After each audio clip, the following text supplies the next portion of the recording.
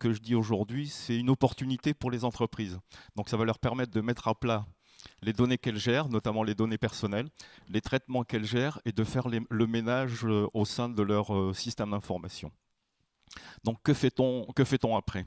Justement, montrer qu'on est en conformité avec ce règlement, c'est montrer qu'on peut avoir confiance en notre entreprise, en nos traitements, donc pouvoir faire plus de choses, notamment sur tout ce qui est cyber-économie.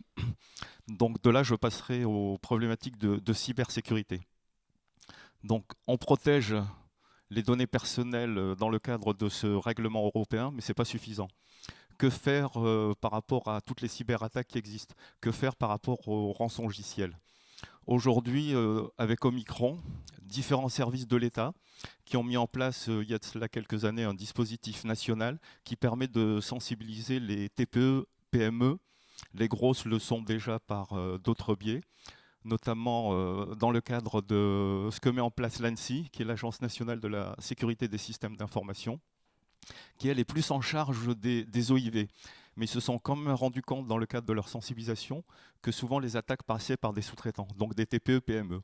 Et ce dispositif ECLES, pour ne pas le nommer, qui a été mis en place par l'INSJ, l'Institut national des hautes études de la sécurité, de la justice et de Bercy, a permis de former des personnes du privé comme moi. Donc il y a un label franco-français qui existe pour permettre à des gens du privé de donner le même discours que font les services de l'État. À l'époque, c'était la DPSD, aujourd'hui la DRSD, l'ANSSI que j'ai cité tout à l'heure, la DGSI et autres. Donc Omicron, par le biais de ces conférenciers labellisés ECLES, peut permettre d'avoir le même discours par rapport à ces TPE-PME et protéger les entreprises sur ces aspects cybersécurité. Voilà en quelques mots. Je ne sais pas si j'ai oublié quelque chose, Franz. Christian. Donc si vous avez des questions, n'hésitez pas, on est à votre disposition. Merci en tout cas.